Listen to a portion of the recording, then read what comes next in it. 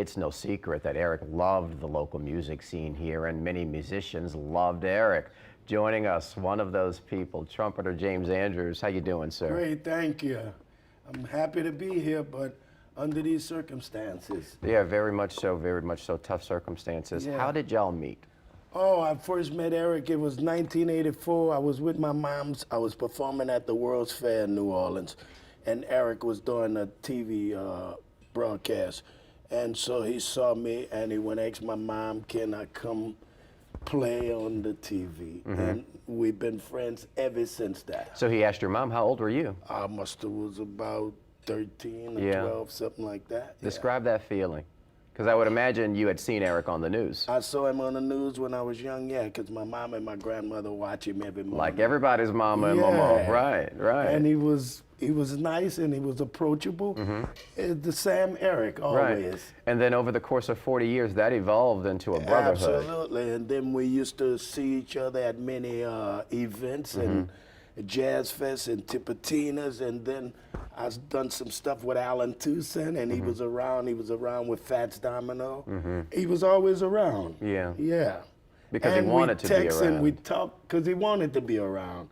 Yeah, but he was a true New Orleans music lover, and he interviewed me at the Jazz Fest a couple of years ago, and we was together. You can see that picture on Lundy Ground this year, and after we went to Commander's Palace, and we had lunch with the doctor and the Endymion people.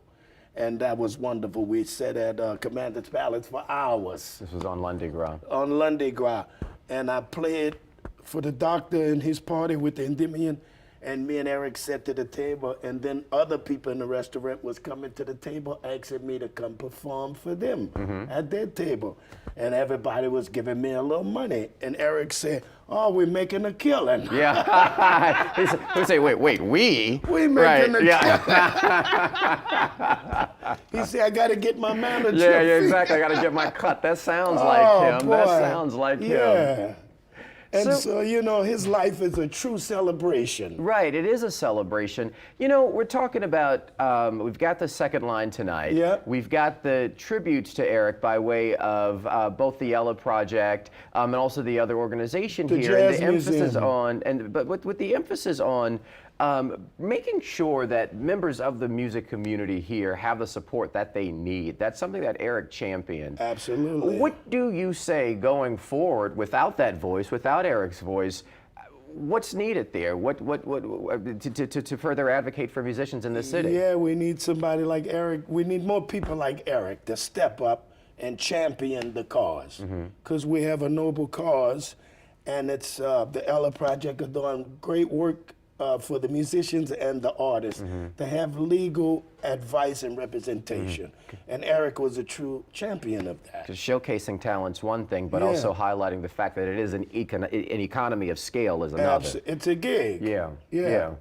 All right, sir. So we'll see you tonight at the Tuba Fat Square, and we'll come over here to Chandler for, and thank y'all. All right.